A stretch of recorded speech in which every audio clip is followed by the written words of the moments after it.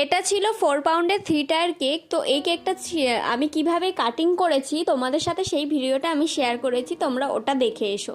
তো এটা দেখো, এই কেকটাই আমি কিভাবে রেডি করছি সেটাই তোমাদের সাথে আমি শেয়ার করছি। 3 টায়ার কেক ছিল, তো একটা এটা মেকআপ থিমের ওপর কেক ছিল, তাই জন্য আমি নিচটা ব্ল্যাক রেখেছি, মাঝখানে মিডিলেরটা হোয়াইট আর তারপর পার্পেল।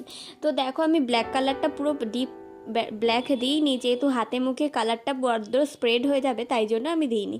তো হালকা করে ব্ল্যাক কালার দিয়েছিলাম। সেমভাবে দেখো হোয়াইটটাও আমি করছি। তারপর দেখো টেমপ্লেটগুলো একে একে আমি করে নিচ্ছি প্রত্যেকটা কেকের ওপরেই। তো আমার এই কেকগুলো তোমাদের কেমন লাগে অবশ্যই কমেন্ট করে জানিও। কদিন ভালোই কমেন্ট করছিলে তোমরা, কিন্তু এখন আর কেউ কমেন্ট করছো না। আমার ভালো মন্দ সব কিছুই তোমরা কমেন্টে অবশ্যই জানিও যে কেমন তোমাদের কি লাগছে না লাগছে। আর আমার কত জায়গায় ভুল ত্রুটি হলে অবশ্যই তোমরা বলবে কমেন্টে, বা আমাকে বলতে পারো। তো তোমরা দেখতেই পেলে আমি 3টে লেয়ারেই কিভাবে একে একে